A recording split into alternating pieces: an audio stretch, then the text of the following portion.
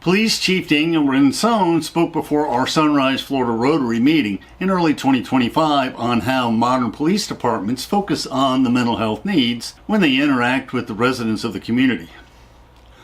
Since we are a retirement community with a large number of over 55 condominiums, they often interact with the elderly who suffer from dementia. And as you can see from his biography, he's a graduate of the FBI Police Academy. And he has a formal speech that is followed by an interesting Q&A session. And the first question was a discussion how the public simply wants the police to arrest the bad guys and stop the people who are bothering them, but how the police department is obligated legally to do so much more when they encounter the mentally ill, many of whom are slaves to their emotions and are literally not responsible for their actions. Our Rotary chapter both sponsors mental health awareness seminars for our community, as well as encouraging dialogue among the various nonprofit police and government agencies, and Chief Ransone has been very supportive of these efforts. Last year, the Florida legislature required that the Florida police departments include training on dementia, as well as autism and mental health, in their professional CIT training programs. In addition, the Sunrise Police Department has hired several social workers to assist in their dealings with the homeless, those with dementia, and the mentally ill. We previously invited Tamara Doss, who works in the community outreach program of the Sunrise Police Department, to speak on homelessness and sex trafficking and the programs available in our community to address these issues. Also, we had Nadine, an associate of Tamara, to speak on her personal painful experience with sex trafficking and how difficult it can be to escape this deeply damaging and traumatic nightmare. Police Chief Ransone will also discuss the Angel Sense product they recommend to families who need to track the location of their loved ones who are prone to wandering, whether they suffer from dementia, autism, or are simply very old or very young. This has both a tracking device and a mobile app that tracks them real time. Chief Ransone is a graduate of the FBI National Academy and holds a degree in criminal justice management.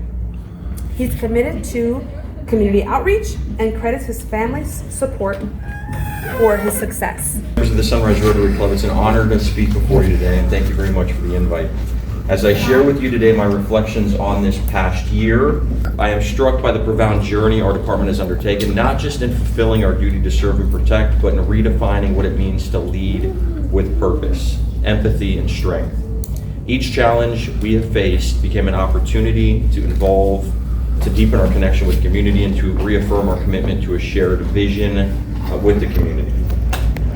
2024 was a year marked with significant achievements and continuous improvements at the Sunrise Police Department. Crime rates across the city have dropped and continue to trend downward thanks largely to proactive policing initiatives, strategic development of resources, and meaningful partnerships with residents and community leaders like yourself. We substantially enhanced our technological capabilities, including upgraded police vehicles, modernized communications equipment, and improved officer training programs, each aimed at ensuring our officers respond quickly, fairly, and safely. Our community engagement efforts expanded considerably as well, highlighted by initiatives such as the introduction of our new community engagement gaming trailer, bringing our officers closer to the youth and fostering lasting goodwill and friendships. This year, we proudly implemented our peer support program, which is designed to assist personnel in managing the emotional and mental toll of critical incidents, life-threatening situations, and ongoing high stress, whether work-related or personal. It operates alongside the Employees Assistance Program, offering voluntary confidential support through trained peer support team members. These members, selected by peers and certified through specialized training, provide guidance but do not replace psychotherapy. The program also includes a chaplaincy program, and I'm going to break ever so slightly, also includes Ms. Tamara Dawes and her multitude of positions she's held at the Sunrise Police Department as she's been with us and will continue to hold at the Sunrise Police Department in years forward. Critical events may range from officer-involved shootings to mass casualty events, with interventions tailored to the unique needs of our personnel. On average, the program, including peer support, chaplain outreach, and critical incident debriefs, is utilized about twice a month. underscoring its active role in fostering resilience and well-being within the department. This past year, we also welcomed new leadership to my command staff with the addition of retired City of Fort Lauderdale Assistant Chief Dana Swisher, who assumed the new role as our Deputy Police Chief. Seeking out the best and most qualified candidate for the position of Deputy Chief was not an easy task. There are many who are qualified, but I sought to do more than just simply fill a role. Deputy Chief Swisher was amazing throughout, and I've worked with him over the years with his tenure over the Fort Lauderdale Police Department. Our Sunrise family, our city, deserves an individual who transcends this concept, an individual who is grounded in the sanctitude of our mission, vision, and values, a person of moral and ethical worth who could offer experience, knowledge, and wisdom. Deputy Chief Swisher is a 26-year law enforcement veteran who has held positions in nearly every facet of law enforcement, from his tactical background and investigative experience to his command and leadership capabilities. We are truly blessed to have him with us. Foremost, we remained dedicated to accountability, professional integrity. Every decision, every action taken has been evaluated through a lens akin to the four-way test, always striving to ensure our practices reflect truthfulness, fairness, and benefit the well-being of our entire community. Looking forward, we are excited to continue this journey alongside the Sunrise Rotary Club. Together, we can build upon the foundations of integrity and community collaboration, creating an even safer and more unified city of Sunrise. Thank you very much. Now that's the speech, Bruce, that Bruce wrote for me. What I more want to talk about is answer the questions that you have specific to the Sunrise Police Department, specific to our community engagement, and how we could better partner. So, Bruce, you want to go first? I'll go first. Here's your opportunity. The last time we had met before, we were talking about how the Sunrise Police could, what the Sunrise Police was doing with the mental health initiatives. And one of the comments you had is I said something about, we need to kind of push people to treat people better, the people with mental health. And you said basically, you don't want to get too political. Of course, I was thinking what you were really getting at is the dilemma that you face as a police officer. You're elected by the electorate to put away the bad guys, and if people bother you, to get them to quit bothering you. Whereas, with mental health, it's much more subtle because the people who are mentally ill, sometimes they do unacceptable things, and and it's not their fault because they're just mentally ill, and like particularly if you have dementia or schizophrenia, they're guided, they're either guided by their emotions or something. So just you comment on that. How do you address that dilemma? Yeah, so it's been a challenge for the 25 years I've been in law enforcement. Mental health has always been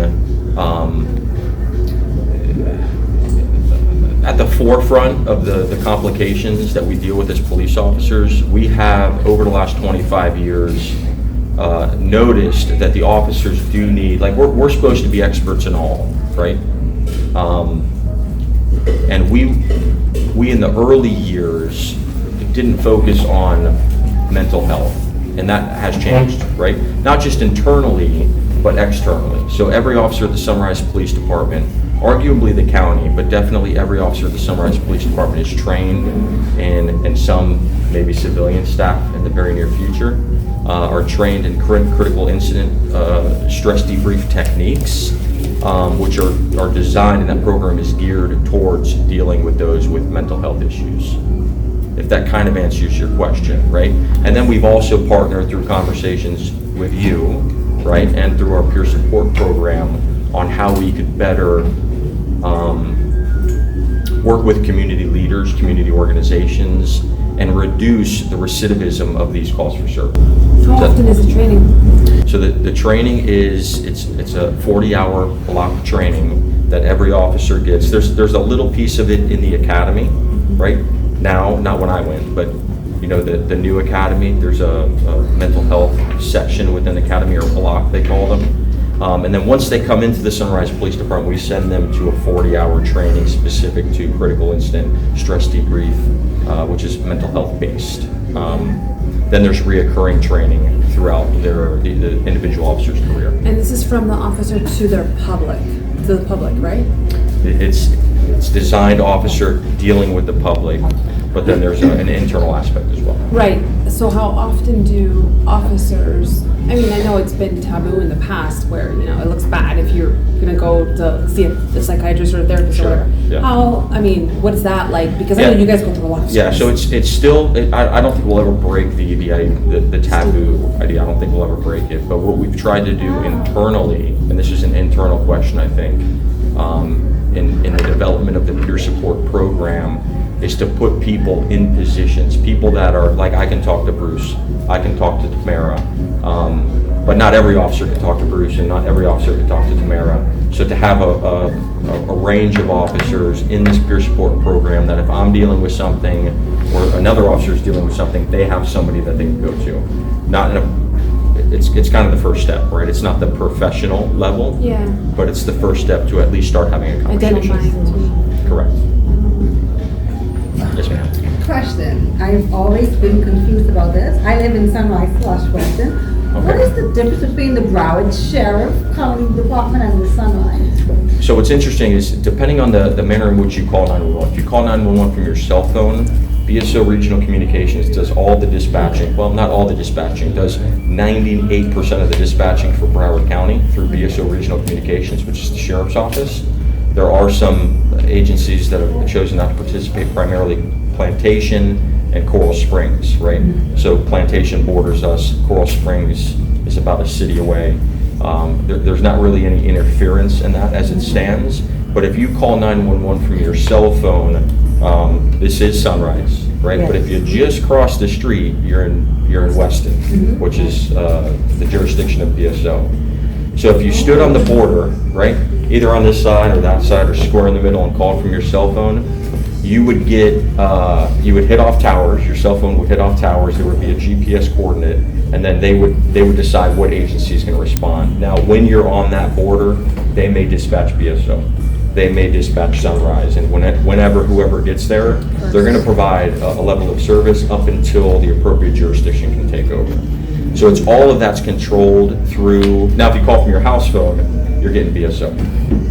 Because your house phone is, and again, what's convenient about it is it's all housed out of one regional communications center, which in years past, probably 10, 15 years ago, Sunrise, we had our own dispatch center. If you called 911 from Sunrise, or your cell phone, like house phone, when those existed, or your cell phone in Sunrise, that would ping off a whole bunch of towers, indicate Sunrise, and that call would get routed to the Sunrise dispatch center, as opposed to Plantation or Coral Springs, or those that were controlled by the Sheriff's Office. So it's real technical, right, the way it works, but it's GPS coordinates, it's cell phone technology, it's a lot of things I'm not going to pretend to fully understand, but I think the message is BSO Regional Communications has been tasked with identifying what jurisdiction is what, and we all work together, right? If we get dispatched to a Weston address, and we've done it in the past, we're going to go. We're going to provide a service up until the appropriate jurisdiction can take over. Thank you. We are so fortunate in Sunrise. There are other agencies, maybe closer to the beach, that you can call 911, and if it's not an emergency phone call, you won't see a police officer for an hour, hour and a half, 2 hours. If it's not an emergency, right? If it's an emergency, they're going to break in and clear it. So, but in Sunrise, we don't have a lot of calls for service. We don't have a high crime rate. We have a great complement of police officers. We're staffed well, and we could be at any call in under 6 minutes, at any address. There's been criticism in the media, and this has been a few years back now, about how police training was basically kind of like military training and very, gung-ho-ish. And I just want to ask you, just on the overall national level, and then of course the state and local level, I know it's changed because the legislature has legislated that CIT training and then they include dementia in that training. So I was wanting you to comment on how that has changed. Sure. Law enforcement training has evolved, right, with the times. So when I went to the academy 25 years ago, it was in Florida, actually the Gainesville area, and there was what you're describing, a more militaristic approach to the training. That's gone away for a variety of reasons. We're not the military, right? We're a paramilitary organization through our structure, but and Tamara is going to talk to me about this later, we're not in your face yelling at you. That's not what That's not what the police training is about. We're about community engagement primarily, community support. Now we have a job to do, right? We have to chase bad guys, we have to catch criminals, we have to prevent crime, but more of what you see in law enforcement now is geared toward situations like this, help, service, and the community. And I know you have a lot of people on your staff that have more of a social work background, like Tamara over here and Sure. Katina. And I was just wondering, each of those, what exactly do they do? Tamara, you want to help me? Here she comes. At Tamara's direction, she has convinced me, and I'm partially joking, but convinced me that community engagement and outreach is of the utmost importance, right? And that's, I'm not going to take full credit for it, although I've heavily engaged in it as a path forward. But Chief Rosa before me and Chief Brooks before him have set this foundation of transitioning what a police department is, right? Again, we're still going to chase bad guys. We're still going to arrest people. But it's the engagement with the community that we've seen lowers the crime rate, right? When we have a partnership with those in the community that are calling it out when they see it, and neighbors helping neighbors, and preventing situations before we get involved, that's the true benefit, right? So Tamara, you want to answer Bruce's question? Yes. So to add to what the chief just said, in addition to just engaging the community, we're also very much involved right now in creating material, that educational material. So it's good that we go out and we have fun with the ice cream and all that stuff, but to really prevent crime, that's the most important thing to me. So now we're doing the trainings at SALT and Ezra, etc., scamming fraud awareness in the schools with online safety, etc. Training educational materials such as scamming fraud. In my time, when I was in school, we had the DARE program, right? Oh, yeah. And everybody knew the school resource officer, and everybody participated in DARE. We're taking that a step further. We're not just doing the drug abuse treatment education aspect. We're engaging these kids in what's now not that drugs aren't a problem, right? Drugs are a problem, but what's now the new problem, which is these online issues, right? Every kid, to include Bruce, is on a phone, right? And the dangers associated, I mean, you could safely do it. I'm not trying to scare anybody, but Tamara has firsthand experience, but there is dangers associated with these online platforms. And getting that information out to the kids and getting them to understand, and more so getting the parents to recognize that there has to be some kind of, but we're not gonna take over, we're not the parents here, but understanding the dangers associated with technology to prevent victimization. And it's a part of proactive policing. Let's do the prevention and awareness education. So at least, that would help the child rather than waiting until something is done and then try to do something on the back end. Because especially where issues like sex trafficking are concerned, if a child is sex trafficked, that comes with so much mental, physical, emotional issues that they're going to have to deal with as a result of being trafficked. But if we educate them about human trafficking, so now we're stopping that crime from happening. That way they don't have to, them, their family, the community, don't have to deal with all that issue. As to where Ms. Loss is concerned, she's a social worker for the police department. So if somebody calls, somebody's homeless, somebody needs any kind of support, she'll try to help to find whether it's housing, whether it's any kind of support they need, any necessities. She'll try to do research to help them to be able to find whatever resources they need. So if someone could call 911 and would be able to get directed to that? No, it would be best to call the non-emergency number. Non-emergency. Yes. Yeah. Or to call the police department. If you have her number, I'll give it to you guys later. You can call her directly or email her directly. Of course, she will be at your summit on May 17th, so you'll be able to ask her any questions you have directly. She'll be able to answer them. All right, so Megan Santana is a police officer in our Special Operations Section, Community Resource Office. She oversees Angel Sense. I'm not even going to try to speak about Angel Sense, other than to say it's technology that allows for the tracking of individuals, typically older individuals that sometimes wander Wander away. away. Or for kids with autism. Yeah. Correct. So my granddad had dementia before he died, and he would like try to open the door and get outside. And God forbid if he ever walks away, that device was on him. At least they'd be able to locate him immediately. So it is connected to 911, so they'll be able to find the person. So that's one program. But it's so nice that the police department is not just looked at as just being, they come out with their guns. I've been in Sunrise for 25 years now, and I see it switch. Like the kids, the young adults feel more comfortable going up to a police officer and asking questions.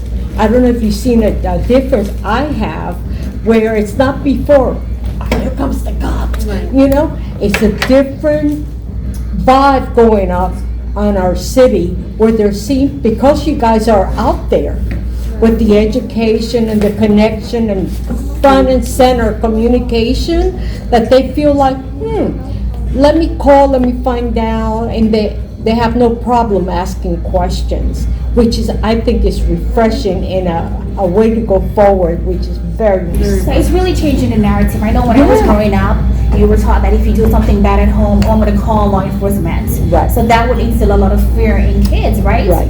So, but now we're changing that narrative. Now we're going to be out there playing the games with them, having fun with them, educating them, officer bonded. That way they know that officers are not just someone in a uniform who are just, out there to harm you or to hurt the community. And the defund of the police officers, that should just go away. It should be that officers are here, we're your friends. If something happened, we're your mentor. Come and talk to us. If we can't help, we're going to find someone who's going to be able to help you so that you can feel safe. So it's that safe person that, any individual in the community should be able to go on. We'll get from time to time the parent that'll joke. If you don't behave, this officer's going to take you away. And we used to laugh that. I used to laugh it off, right? Ha ha ha. Look at daddy. But now that's not who we are. So I use that as an opportunity to say that I'm here to help, right? I'm not the bad guy. There's no reason to be scared of the police. The uniform makes us the police, right? But we're normal people, just like everybody else. What's the typical experience for a new police officer now? Or what do you look for? What is the ideal police That's officer? a great question. Great question. So law enforcement has changed, right? We're not looking for the 6'2", 250-pound, guy. We're looking for people that have empathy, people that have good communication skills, people that can still do the job, right? Because unfortunately, you're likely going throughout your career going to have to fight somebody at some point. So there is a physical demand, clearly, right? But then there's the more important aspect of it, which is the ability to talk, the ability to communicate, and de-escalate, primarily. What kind of training do they get now in college in the criminology degree? Is there differing emphasis? We have seen, and Tamara is in personnel now. She is a part of she's a part of the hiring process. So she sees the various recruits or applicants that are coming through. Those that have just come out of high school, those that have college degrees, some not even in criminal justice, right? Accounting. Some that have started in the medical field and have transitioned. Like yourself? As like myself, who is still looking for a means to serve the community, but just in a different way. It varies, and that's good, right? Not to have a diverse population, a diverse police department, as opposed to just, one thing. It just doesn't work. On that note, I want to promote the Sunrise Community Policing Academy. So it's a 12-week program where you can learn everything that a law enforcement officer does. I'm currently doing the program, and I'm amazed. Like every week, it's something different. Whether it's traffic or investigations, or with the dogs, or yesterday it was last week for the first time I touched a gun in my life. That was scary. But yesterday we did simulations, active shooter. What would you do if you in an active shooter situation? And there were different ones.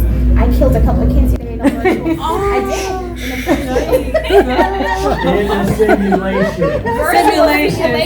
Virtual simulation. Because you're on virtual simulation because you're acting so.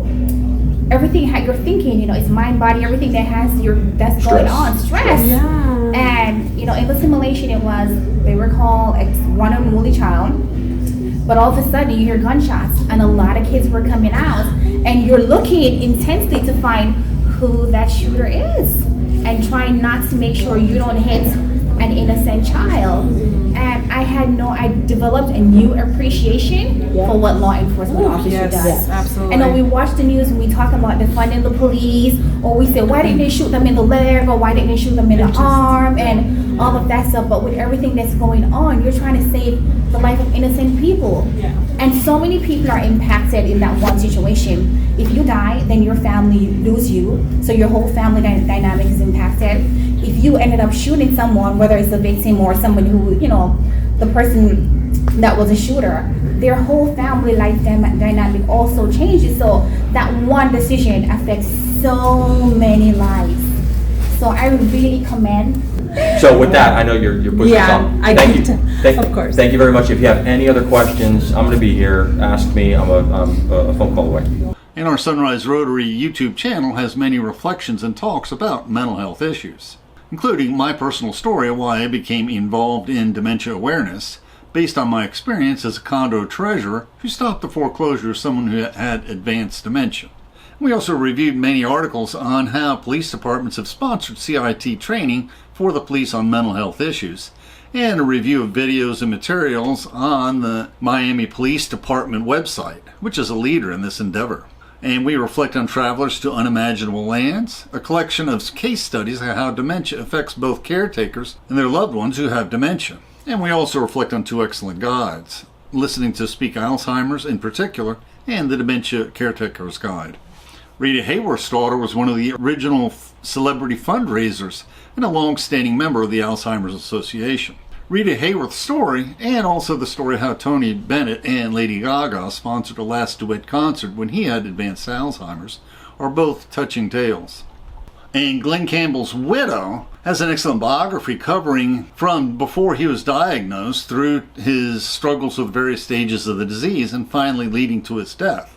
And we show how the Alzheimer's 10 warning signs correspond with his life experiences. And this is one of the best case studies of somebody with Alzheimer's. Although this is not a book about dementia, Oliver Sacks' case studies, including The Man Who Mistook His Wife for a Hat, is the classic and often cited collection of case studies of patients suffering from both puzzling and fascinating neurological conditions, some of which may be dementia. And also the curious story of Phineas Gage, the most famous schmuck in history.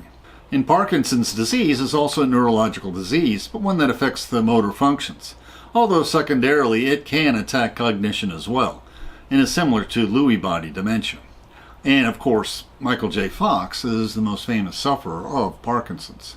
Now, among the speakers we've had to our Rotary chapter, I'd say the most important is Bob Anthony, who speaks on a program sponsored by the Boston's Children's Hospital to better serve pediatric patients who are suffering from mental health issues such as ADHD, addiction, bullying, etc.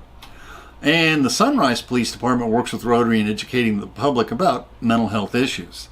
We recently invited Chief Ransone to speak before our chapter on how police address mental health issues. And we previously invited Tamara Dawes, who works in the community outreach programs of the Sunrise Police Department, to speak on both homelessness and sex trafficking. And her associate Nadine spoke of her traumatic personal experience with trafficking and how difficult it can be to leave that very damaging life. And this is but a sampling of our speakers. If you are in Sunrise, Florida, please visit our club. You can find the meeting times on our club website. I have a video on the history of Rotary and my personal goals in joining Rotary. What is Rotary? We have a short video that we downloaded from the Rotary International website that explains the many goals of Rotary International.